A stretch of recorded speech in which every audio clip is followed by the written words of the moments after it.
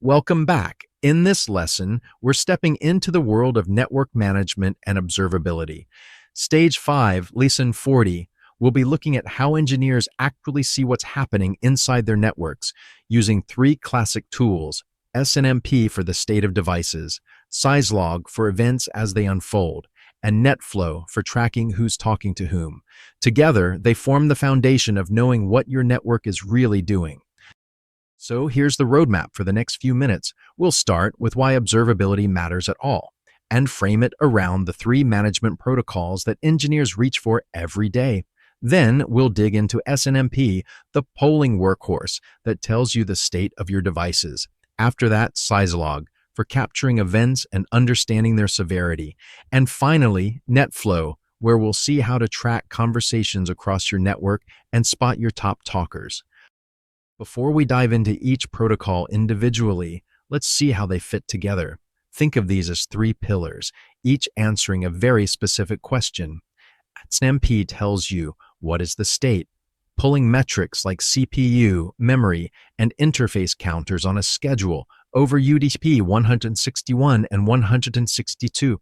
Syslog tells you what happened, streaming events in real time on port 514, things like an interface going down or an authentication failure. And NetFlow tells you who talked to whom, tracking conversations by source, destination, port, and bytes, typically on UDP 255 or 4739 for IPFX.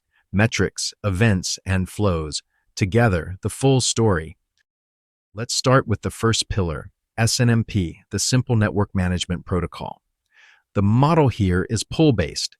Your network management system, something like Zabbix, PRTG, or Cacti, acts as the manager and queries agents, running on routers, switches, and servers over UDP 161.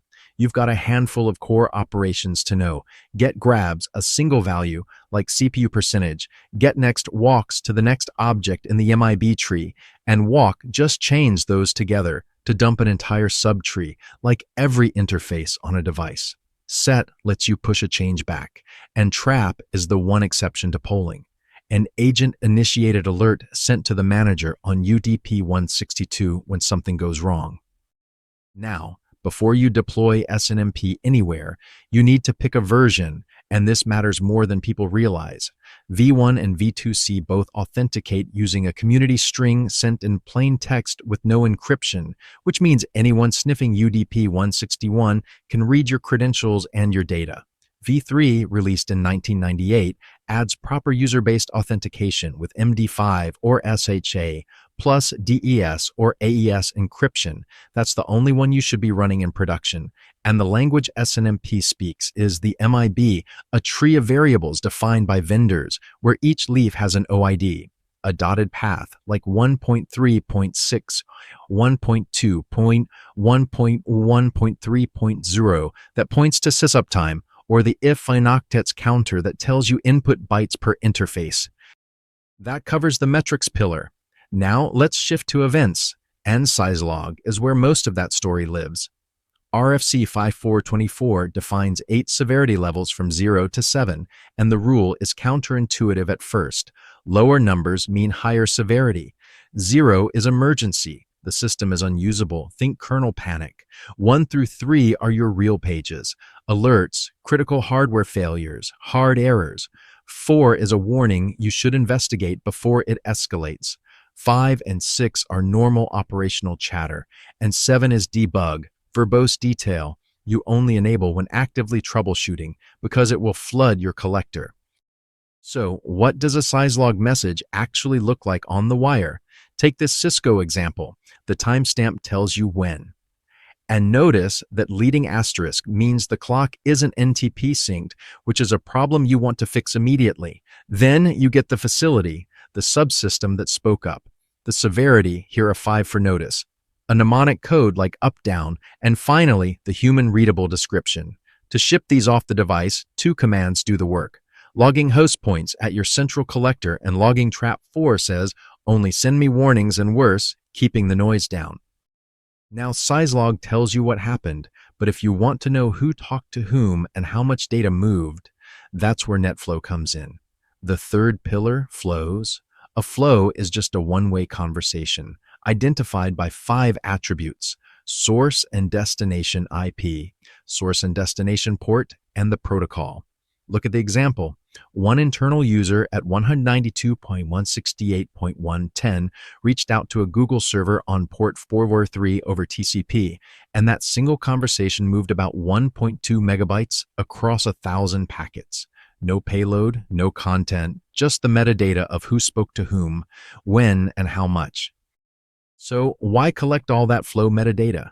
Because it answers questions metrics and logs simply can't.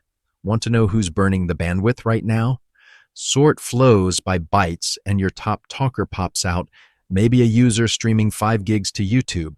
Spot a workstation suddenly firing thousands of DNS queries to random IPs. That's likely malware beaconing home. Flows also reveal slow WAN saturation trends over months, show you which applications actually run on each segment, and even let you build departments for real usage in a multi-tenant setup. Now, NetFlow isn't a single thing, it's a family. Cisco's V5 is still everywhere in production, but it's locked to IPv4 with a fixed format. V9 brought templates and IPv6 support, and IPFIX is essentially V9, standardized by the IETF as RFC 711, so it's vendor neutral. SFlow takes a different approach. It samples packets instead of tracking every flow, trading detail for lower CPU. And Juniper's JFlow speaks Cisco compatible for easy mixing. Regardless of version, the architecture is the same 3-stage pipeline. An exporter on the router captures flows and ships them over UDP, typically port 2055, to a collector like NFDump or Plixer, which then feeds an analyzer like Intopeng or Grafana for visualization. Now that you've seen how the pieces fit together, let's talk about the mistakes that quietly break observability in real deployments. Running SNMP via 2C with the community string public hands your entire network inventory to anyone who asks. Move to V3 with authentication and lock it down with an ACL on UDP 161. Syslog without a central collector means a reboot wipes your evidence, and without NTP synchronizing every device to UTC, correlating events across boxes becomes guesswork. Don't poll 1,000 devices every 5 seconds. Stick to 60 to 300-second intervals and let SNMP traps handle the urgent stuff. And finally, NetFlow only tells the truth if it's enabled on the right interface. Put it ingress on your WAN edge, or you'll miss exactly the internet traffic you wanted to see. With those pitfalls in mind, let's lock in what really matters. Remember the 3 lenses. SNMP tells you the state of a device, Syslog tells you what happened on it, and NetFlow tells you who's talking to whom. Always reach for SNMP v3 over UDP 161. Ship your Syslogs to a central server with NTP keeping time honest, and treat NetFlow's exporter, collector, and analyzer chain as one pipeline. None of these 3 alone is observability, as together they are. Here's your cheat sheet to keep nearby. Burn in the port numbers, 161 and 162 for SNMP, 514 for Syslog, and the golden rule, V3 over V1 or V2C every time. Remember that an MIB is the tree, an OID is the address inside it, and a trap is the device raising its hand.